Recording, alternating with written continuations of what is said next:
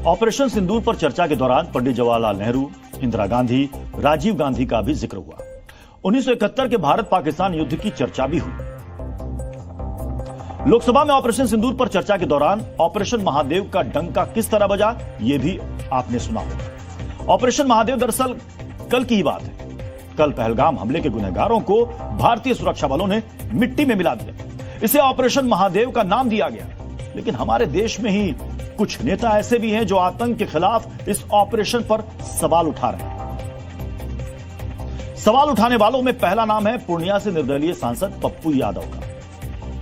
भाई कौन है ये, किसका इनकाउंटर हुआ? हमेशा डाइवर्ट करते रहो, फिर 2 दिन के बाद देखिएगा कुछ और डाइवर्ट होगा। मोदी जी को बोलना है, इसीलिए डाइवर्ट करने के लिए आप कुछ भी बोल दीजिए। मास्टर माइंड, ये कहां से आया? स्केच भी ये बनाए थे, फिर स्केच को मिटाए, फिर बोला ये नहीं है। पहले तो स्केच बना के बता दिया ये, बाद में हुआ कि नहीं ये नहीं है। आगे आपको विस्तार से बताएंगे कि कैसे संसद में सरकार ने ऑपरेशन महादेव और सेना के शौर्य पर सवाल उठाने वालों को सबूत के साथ चुप कराया। लेकिन पहले आपको बताते हैं कि कैसे सुरक्षा बलों ने पहलगाम आतंकी हमले में शामिल 3 आतंकियों को मार गिराया। सबसे पहले आपको बताते हैं कि ये 3 आतंकी कौन थे। इनमें से एक था सुलेमान उर्फ आसिफ, दूसरा था जिब्रान और तीसरा था हमजा अफगानी। सुरक्षा बलों ने 20 किलोमीटर एरिया में फैले घने जंगल में ऑपरेशन चलाया और इन आतंकियों को मार गिराया। सेना ने जहां इन आतंकियों का एनकाउंटर किया, वो इलाका श्रीनगर से करीब 22 किलोमीटर दूर घना जंगल वाला है। यहां आबादी नहीं है। दाचीगाम का एक छोर त्राल के जंगल से जुड़ा है, जंगल का दूसरा छोर पहलगाम से जुड़ा है। सुरक्षा बलों को इस इलाके में आतंकियों के खुफिया ठिकाने की जानकारी मिली थी। 2 महीने पहले सुरक्षा बलों को एक सिग्नल मिला था। यह सिग्नल अल्ट्रासेट कम्युनिकेशन डिवाइस का था। 22 अप्रैल को पहलगाम की मैसरन घाटी में भी इसी तरह का सिग्नल मिला था।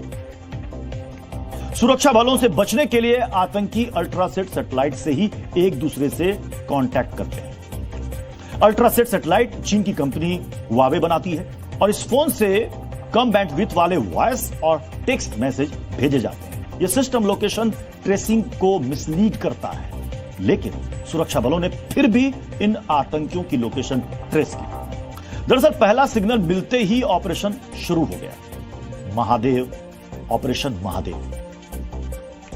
पिछले 3 से 4 दिन से पूरे इलाके में बारिश हो रही थी। आतंकियों ने बारिश से बचने के लिए घने जंगल में तिरपाल लगा लिया था। चीन के अल्ट्रासेट और तिरपाल से आतंकियों की लोकेशन ट्रेस करना आसान हो गया। 27 जुलाई की रात 2 बजे आतंकियों ने अल्ट्रासेट सैटेलाइट फोन को एक्टिवेट किया था और 28 जुलाई को सुबह 8 बजे आतंकियों की लोकेशन ट्रेस करने के लिए सेना ने एक ड्रोन लॉन्च किया। सेना ने पूरे इलाके की घेराबंदी की। सुबह 10 बजे पैरा कमांडो महादेव पहाड़ी पर चढ़े। सुबह 11 बजे एनकाउंटर शुरू हुआ और 1 घंटे में ही तीनों आतंकियों को मार गिराया गया। आज लोकसभा में गृह मंत्री अमित शाह ने बताया कि आतंकियों को कैसे महीनों की तैयारी के बाद ऑपरेशन महादेव के तहत खत्म किया गया।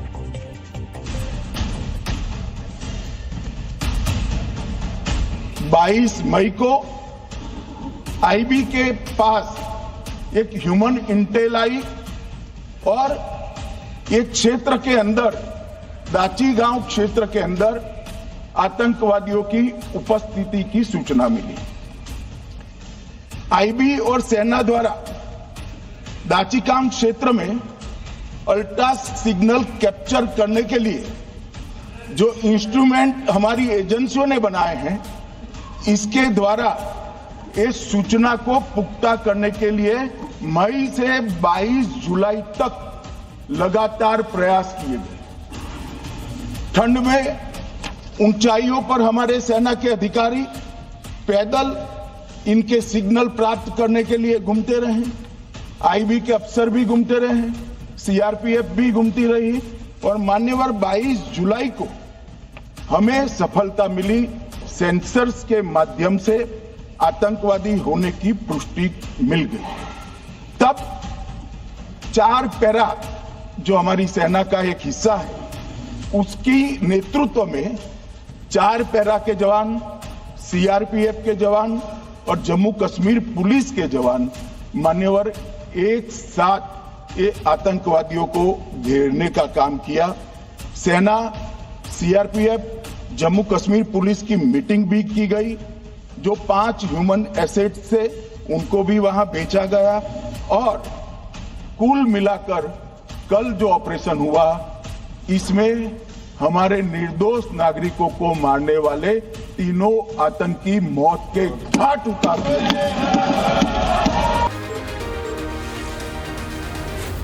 Zee News.